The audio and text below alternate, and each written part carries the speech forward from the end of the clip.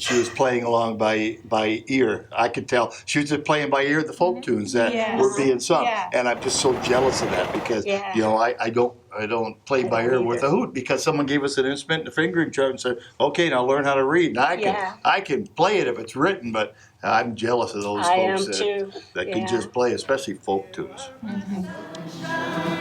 My only sunshine, you make me happy when skies are gray. You'll never know, dear, how much I love you. Please don't take my sunshine away.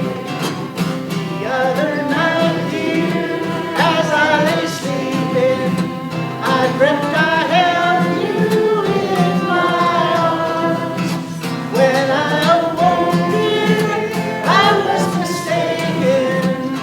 So I hung my head and I cried. You are my sunshine, my only sunshine. You make me happy when skies are gray.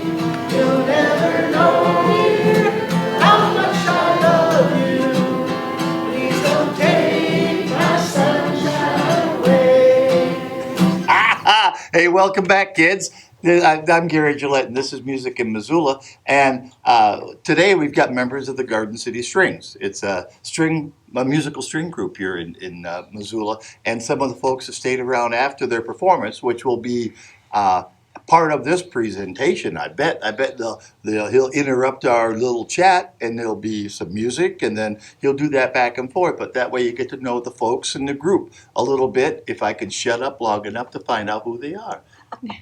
Hey, will you please introduce yourself, and we'll come right around, then we'll find some stories. Sure. Sally McHugh-Rappold, and I play violin. Donna Williams, violin. Beth Mashevsky, and I play second violin in the group. That's not a very Irish name. And I'm Audrey No. Peterson, and I also play violin.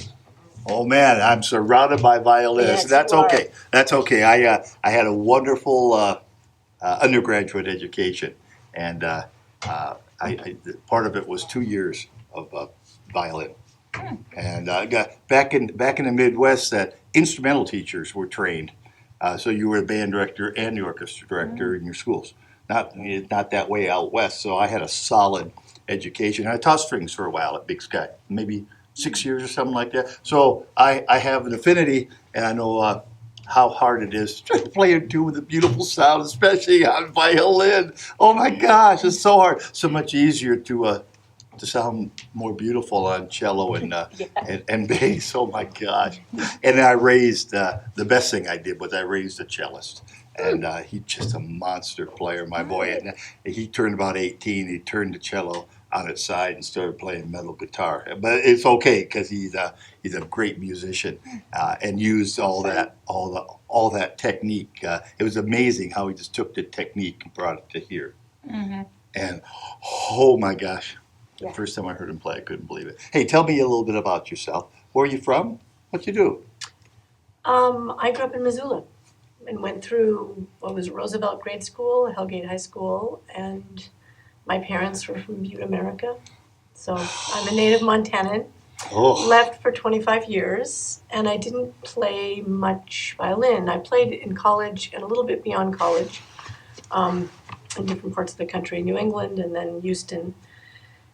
And then I didn't play for a while. I raised 4 children. I was a Navy nurse and lived on the East Coast, up and down the East Coast, Philadelphia, New York, Connecticut, Pennsylvania, and then San Diego, and then moved back here. sound like a military family. Yes, Huh? and moved back here. And so then this group happened because there was a Molly class. That's what it came out of, right? It came out of Margaret and Molly, right? Margaret Baldridge, who was lovely. Cool. And that's the reason this group exists. Molly is a university affiliated entity that specializes courses for us older folks and gives opportunities. And it was started by Margaret Baldridge, who is the violin teacher at the university and also the concert mistress of the Missoula Symphony Orchestra. Yeah. Great. She's a great gal. Mm-hmm. Yeah, Please. I'm Donna Williams. I moved here to Missoula in mid-September from Vermont, where I lived for 42 years, and both of my sons live here in Missoula. There's another reason why people come to Missoula. Yeah. They come back home or they have kids that come here. Yeah, and I just played grade school, junior high, high school, and stopped, and so I had a 56-year hiatus. And then a friend of mine got me a violin a few years ago, and I started playing. And then when I got here, my teacher kept saying, "You should play in a group. You should play in a group. It would really help you." So you started studying privately in your retirement when you moved here. Yep. And then I got here, and there was something on this app called Next Door Neighbor or Next Door, or Okay. something like that. And someone was giving away 10 keyboards. And they said, "Who should we give these keyboards for?" And so people had different ideas. And one of them was some high school teacher. And they had his email address. And I wrote to him and said, "I'm looking for a group to play with." So they put me in touch with Molly. And Molly put me in touch with Audrey. And here I am. Okay. Nice. How cool. But just since September. Yeah. Well, even less. Probably mid-October, Yeah. I finally found Yeah. you guys. So I've been playing with the group since then. Yeah. Oh, cool. Yeah. Okay. Ann, please, let us know. My name is Beth Mashevsky. I grew up in the Chicago area and started playing violin in the 3rd grade. And so played all the way through college. And then we moved to Seattle. I got married. I moved to Seattle. And we were there for 30 years. And I really didn't play during that time. I was working.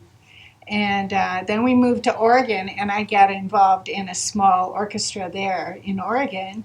And so then we moved here a couple of years ago to Missoula. We love Missoula, by the way. We like the outdoors and everything. So anyway, I wanted to take lessons and possibly be in the symphony. Well, I auditioned for the symphony, but I wasn't quite to the level of the symphony. And so Margaret gave me lessons, and she hooked me up with Garden City Strings. So I really didn't start with Molly, but since then I've taken Molly classes, which are wonderful. And I'm, good friends with Margaret. She's really nice and helpful. Okay. So that's Molly is such a story. great organization. I've taught. I was inspired by Margaret myself, and I started a little band off of Molly, and then and some of those folks graduated to the city band, which is my pretend job now. Yeah. A couple saxophone players. We had so much fun together. I said they wanted to continue to play. I said, well, hey. Come on, play the city band. Hey, you look at the leader. Yeah. You acted like the leader. Everyone points to you. Are you? Everyone point at you, and then you're like, She's okay. our concert Yeah. master. Okay, someone's got to do it. You were sitting in the concert master Yeah, I seat. was. Please tell me about you.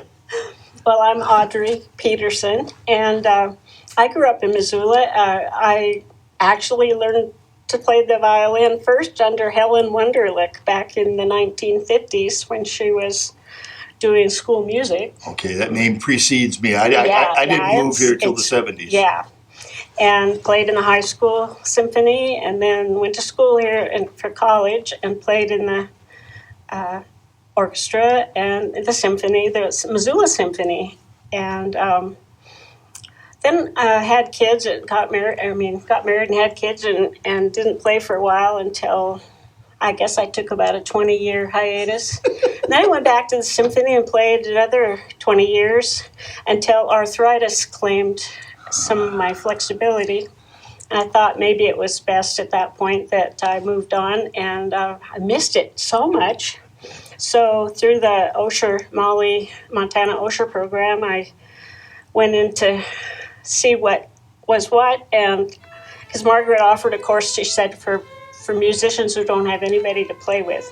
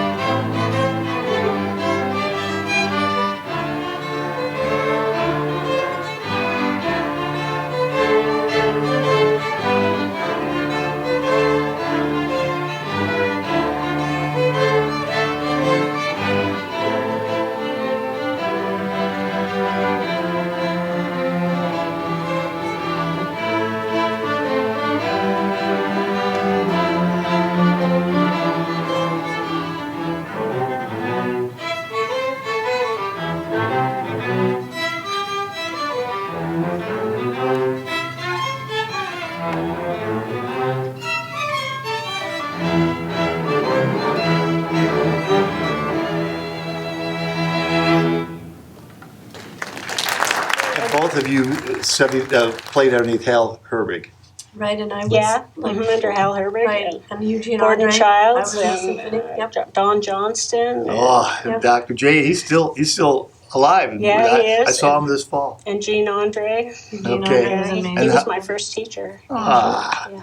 it's so neat that you played with Hal. He did such a Yeah. a gentleman. I had such a love for him and his wife, and I've been able to make music with both of them for so many years, or at least I was able. I've been so, most of the music I played was all classical symphony music, and Sure. which I'm grateful that I had the chance to play works of the great masters. But I was ready for something else. All Ready this for folk some music. pop and some, so this has just been really, really fun. Oh, the We gal laugh also a playing lot. first violin right behind you. She was playing along by ear. I could tell she was just playing by ear the folk tunes that Yes. were being sung, Yeah. and I'm just so jealous of that because Yeah. I don't play I by don't ear with either. a hoot because someone gave us an instrument and a fingering chart and said, okay, now learn how to read. And Yeah. I can play it if it's written, but I'm jealous of those I am folks too. that can Yeah. just play, especially folk tunes. Hey, there was a couple of tunes that I especially loved. The Sky Song. Sky Blue. Yes. Yeah. What a beautiful tune. I'm still searching for a great arrangement for band. I haven't found one yet. But I came to the tune by someone suggested a program on Netflix called Outlander, I think it is. Oh, Yeah, All right, it's a little racy, I understand. But that's the theme song. for Right, that. right. Just beautiful, and I like the arrangement from the first year's series better than the second one. The second years have been rearranged, but what a beautiful song! And Yeah. I keep digging for it. And then you did that Leonard Cohen tune today, Yeah. and that was Yeah. because it's such a well-known song now. It's so beautiful, and it's so nebulous. I've known Cohen for years. My brother came back from Vietnam. He came back a wounded person, but he came back with the music of Leonard Cohen and turned us other brothers on to it. And we listened to that music, and all of a sudden, here's 40 years later, and Leonard Cohen had been, is now finally revered for his Yeah. artistic work now that he's Yeah. gone. Right. Yeah. It's too bad, but great music. I just loved it. And St. Patty's Day, I'm going over to Butte. When it was time to sing along, it's like okay, because I had a group called Tubercon, and it's just a tuba quartet. And we dress up as leprechauns, and we were in the parade on Saturday here. Oh. Tubercon. I hit that. But all we do is change our outfits, and then I get Santa Claus outfits, and we're tuba Santa, and then I'm trying to think what. I'll put them all in lederhosen, and then we're Octuba. Oh, yeah. All right, so that's Oktoberfest. that's. I always got a costume in my closet, but I'm going to Butte on Friday. I got Yates Towing gonna take me down the parade route and play Irish tunes. So the Irish tunes is we're all so glad to share those. The Memory Cafe it was so much fun to watch folks be able to react to the music. And Lord knows, whether or not you've got somebody on that edge or impending. I know I'm always well aware of the fact that any of us at any time could all of a sudden slip beyond what we just call old age, and next thing you know it, having memory problems. And it was just so much fun to watch those folks with memory problems react to the music that you were playing. Yeah. Yeah. It was Yeah, emotional. Oh, it's so Yeah. and it's so therapeutic for for us us as all. well. Yeah. Yeah. It kind of made me happy. Yeah, Yeah. that we're able to share what we love to do and see how it affects other people. They were smiling. Oh, Right. jeez. And you get especially couples that would lean into each other. Or I was watching a mother-daughter, mom with some memory problems, and the tune would start up, and the mother would smile and look over at her daughter for checking in, making sure that Yeah. it was Plus, sweet. So good. And this library is just gorgeous. Oh. To play up Beautiful on the fourth setting. floor, Yeah. it's just spectacular. And behind you, now Scott said he was having difficulty because of the glare of the windows. Right, All right. right, but for real time, with live music, and then behind you, oh my gosh, it's picturesque. Absolutely. I try to figure out what the building. I'm looking out the mountains. I see the peace sign on the hill and the waterworks and things like that. And I'm trying to figure out what's that. What is that building right there? It looks institutional. The roof. And I found I had to come down the stairs and figure out what's just the old Central School right there. Yeah. That's all it is. And now Yep. MCT, but it was just the roof of the school, right? Wasn't that Central School? Yeah, You're it right. was. You're right. Okay, I try to study up on my Missoula history that I adopted the town.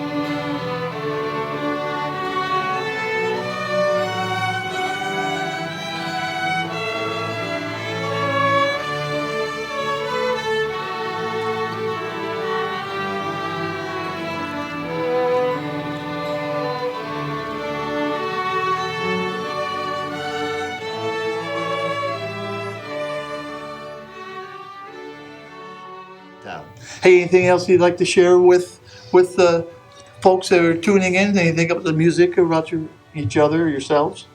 I'd like to give a shout out to a couple people in the group. Audrey, because we were part of the original group, and she's been instrumental in finding a place for us to practice. We practice at her church, which in this beautiful room. Great. Ron Wilcott has been amazing, Wow. and then Connie Mueller, who's no longer a part of the group because she moved up to the Flathead, but she really took the group on her shoulders to start out and organized us and communicated really well. And I just think it's important to recognize those people who've been with us from the beginning. And it's grown. We went from, about 7 or 8 to we're 13, 14? Yeah, we're 13. Actually, there's 20 on our mailing list. Oh, really? Yeah, which is amazing. And we're so excited to have an orchestra that's not the level of the symphony. Right. But offers something to the community. That's right. So- Yeah. And the fact that it will show other adult musicians that just because they don't play the level of the symphony, that there's a spot for them to be able to play. Absolutely. Yeah. All Like what levels. we have the city band, the community band, places for adults to be able to make music, especially after Right. we're grown up and we've raised our kids, and now we have time to be able to do something. Initially we do it for ourselves, but then look what today wasn't at all about you as individuals. It was all about what your music did for those folks there, and that's a wonderful feeling. I have a little story I could tell you. Please. The woman who bought me the violin plays the cello, and her daughter died and of an overdose after she had been okay for 8 years, and then this happened suddenly. Relapse. And she went back to playing the cello because she said it really helped her work with her grief. I bet. So she said she wanted, so I was out of the country, and she said, here's this violin. Can I buy it for you? You could pay me back. And I really want to play with you because music has become so important to my grieving process. So I want to give a little shout out to Linda, who, and other people, because I think music can be so healing. You know, it's not just performing, it just really connects with you on some deep level. Sure does. So that's my story. I love it. Yeah. And I've had, after playing all those years in classical venues, it's very precise, you know, and everybody, you have to be at the right place in the bow at the right moment. And so I was at the point where I felt like, well, I guess I can't play anymore because I'm not able to be that precise. Mhm. And what a shame. you know. And so I've had a learning experience of trying to forgive myself and relax and do what I can and say, that's enough. That's okay. Right. This group has we laugh. We at the end sometimes we say, I won. Instead of saying Because we're I trying to rush, stay I together. rush, or that we stay together. And A lot of fun. you are showing that leadership from the principal chair of leading the group. I was harassing my buddy. He plays in the city band with me. The old Hellgate choir teacher, Barthelmess. Yeah, yes. And I said, hey, I'm going to go on and go hear this. Are you conducting? I've been giving him crap because I there was a picture of him conducting you at the airport. Yes. Something like that. I said, Wow. hey, should I be nervous about this? We're Are hoping you it thinking comes about back. sticking again? What's going on here? I call him choir boy, and he said, no, they haven't called me. I said, well, good, because I bet you they just do it on their own. No, we would love to have him. Yeah, we would love it. Yeah. It's fun to have him back in town, Yeah, and isn't it? Yeah. and he's quite active. You know, he's playing in both my bands. I think he's going to go down to Bitterroot and play in their band. It's just so much fun to be able to make music, and then to forgive ourselves for no longer playing at the level that we used to play. Yes. Right, and that the beginnings are pretty good. The endings sometimes just kind of worked our way there. And there's times, in fact, I found myself conducting clandestinely, you know, as we're pushing that tempo forward. And it's strange because the bands will usually drag. And today, if anything, you know, sometimes you guys push, Yeah. right? Tempo, all right? About just not holding out long notes all the way. Just use the entire bow and feel it. And then some of the better musicians in the group sense that and then brings the group back in with their own sounds. You know, you and Ron, and it works out so wonderfully. Yeah. Absolutely. It's a never-ending journey Yeah. and a lot of Absolutely. fun. And then Ron to be able to be a part of it, that, you know, with his own situation developing as it is, that I've lost him from some of my bands because he's no longer able to sustain wind on his baritone. And I know that, you know, he had to drop out from conducting in community choir because he just didn't have what was necessary anymore. And we're all, right? I know I'm right there. I've got buddies saying, hey, look, when it's time for me to step down, someone's got to tell me because we often don't see it in ourselves. And but then there's a place for us to be able to continue to make music. And the socialization, I think, is so important because as people grow older, they tend to isolate more, and that's one of the big issues. Yep. And so Yep. The downhill slant goes quickly when you don't get out. we have all these and be new with- friends. How Yeah. about that? Yeah. And then to move in. Yeah, people have recently moved Yeah. here. This is a good way to make friends. It sure Yeah, is. absolutely. And it happens all the time, and that's why people. The biggest reason I find musicians that move in. I just talked to one this week. Some gal who reached out through the city band website and come into town because her boy moved to town, and she's grandma, and she wants to be part of that family. Yeah. So I said, hey, you obviously did a good job in raising your kid because look where he moved to. Come on in, you know, and bring your trombone with you. Come on, from Atlanta. Like, you know, there's room for you. Somewhere here, there's room for you to make music. Absolutely. Well, thank you so much for your music and sharing your musical lives and your own personal lives. It's wonderful to get to know you.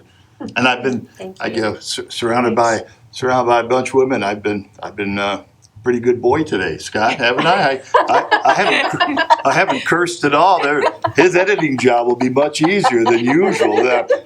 Thank you so much. Hey, it's been the Garden City Strings, and some of the members sharing with you. Enjoy the music and get to meet these folks and be looking for the next time they play because it's wonderful music and good people making music to share with us, and we're all so lucky for that. It's Gary Gillett. I'll see you next time, maybe, huh? Be good.